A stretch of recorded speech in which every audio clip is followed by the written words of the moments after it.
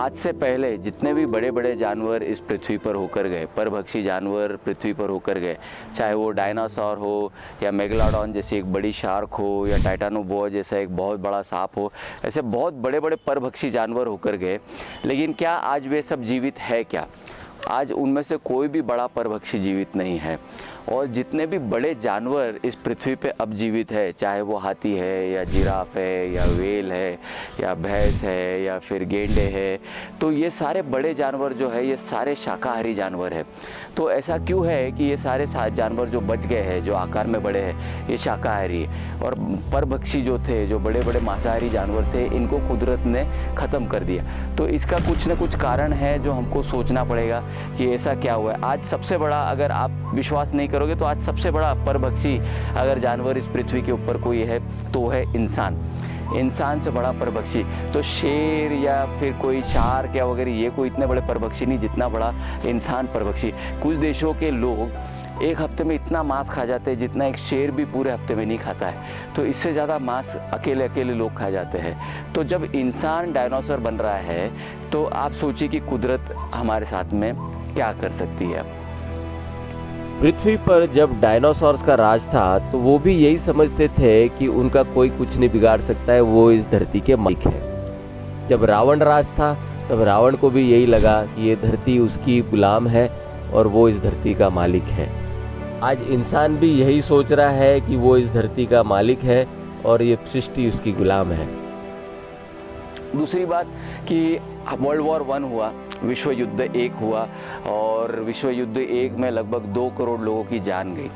विश्व युद्ध 1 के बाद में कुदरत ने तुरंत इंसानों को सबक सिखाने के लिए एक ऐसी नई बीमारी लाई जिसका नाम स्पेनिश फ्लू पड़ गया और उसमें कम से कम पूरी दुनिया में 10 करोड़ से ज़्यादा लोग मरे। तो कुदरत ने ये सबक सीखा है कि आप आपस में लड़के मरोगे, उससे 5 गुना 10 गुना ज़्यादा लोग मैं मार सकता हूँ। तो कुदरत हमारे से बहुत ज़्यादा शक्तिशाली है और इसकी शक्ति को हम पहचान नहीं सकते और ये कहाँ से किस सूक्ष्म रूप से आके हमारे ऊपर असर कर सकता है, इसको पहचानना बहुत मुश्किल है।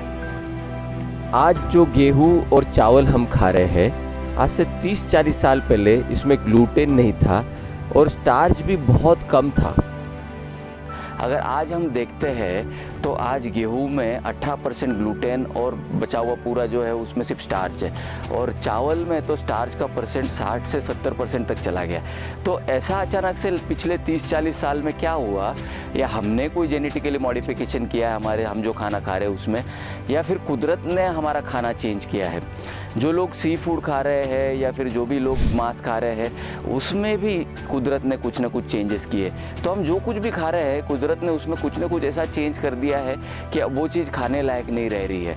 तो कहीं ना कहीं पे हमारे साथ में कुदरत की बहुत ज़्यादा नाराज़गी है और जिसको हमको समझना पड़ेगा। अब ये तो हम मान ले कि चलो कुदरत नाराज़ है और जिन सब चीज़ों से हम बहुत ज़्यादा पोल्यूशन कर रहे थे या बहुत ज़्यादा नुकसान पहुँचा रहे थे कुदरत को, चाहे वो हवाई जहाज़ हो या लॉजिस्टिक्स हो या ट्रक हो, सड़कों पे चलने वाली बाकी की गाड़ियाँ हो या इंडस्ट्रीज़ हो या फिर होटल चेन्स हो या जो भी प्रकृति को सबसे ज़्यादा नुकसान पहुंचा रहे थे, प्रकृति ने एग्जैक्ट वही सारे बिजनेसेस आज बंद किए हुए हैं। तो ऐसा अचानक से क्या हुआ है कि प्रकृति इतना ज़्यादा हमारे साथ में स्ट्रिक्ट हो रही है? और क्या हम बातचीत कर सकते हैं क्या? तो बातचीत हम कैसे कर सकते हैं? मैं आपको एक छोटा सा उदाहरण में देता हूँ। आपके घर में अगर कोई भी छोटे से पौधे हो, गुलाब के पेड़ या आपने कोई मोगरा या रजनीगंधा, जो भी आपने पेड़ घर पे लगाया होगा, आप उससे बात करना शुरू कीजिए और कुछ दिन आप प्यार से उस पेड़ के साथ में बात कीजिए।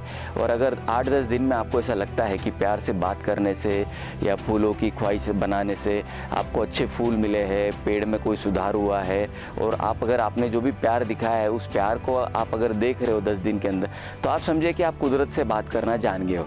और अगर हम कुदरत से बात करना चाहें तो 130-138 करोड़ भारतीय मिलकर हमारे आसपास में जो भी बड़े बड़े पेड़ पौधे हैं, इन सब बड़े बड़े पेड़ पौधों से अगर हम बात करें और हम दरख्वास्त करें, गुजारिश करें कि हमको आप एक मौका दीजिए, हम बदलाव लाएंगे। सैकड़ों करोड़ों पेड़ हम लगाएंगे इस देश में और इस दुनिया को हम फिर से हरा भरा करेंगे, क्योंकि कुदरत फिर से मौका नहीं देगी। आज हमारे पास में मौका है कुछ चेंज करने का, और डायनासोर की तरह विलुप्त ना हो जाए हम, इससे उस तरह बचने के लिए हमको कुदरत की इस मार से बचने के लिए हमारे पास में एक मौका है। लेकिन आप अगर देखेंगे कि भारत के पास तो भी कम से कम मौका है, लेकिन बाकी के कई ऐसे देश हैं कि जिनको बहुत बुरी तरीके से लताड़ लगी है कुदरत की, और जिन देश में सबसे ज़्यादा कुदरत को जिन्होंने नुकसान पहुंचाया है, उन सब देशों को कुदरत बहुत ज़्यादा पीट रही है, और वहाँ पर बहुत बुरी तरीके से तबाही मचाई जा रही है कुदरत के ज़रिए। और ऐसे कुछ देश है, भूटान जैसे आप अगर देश देखोगे, वहाँ पे बिल्कुल भी कोई भी दिक्कत नहीं है।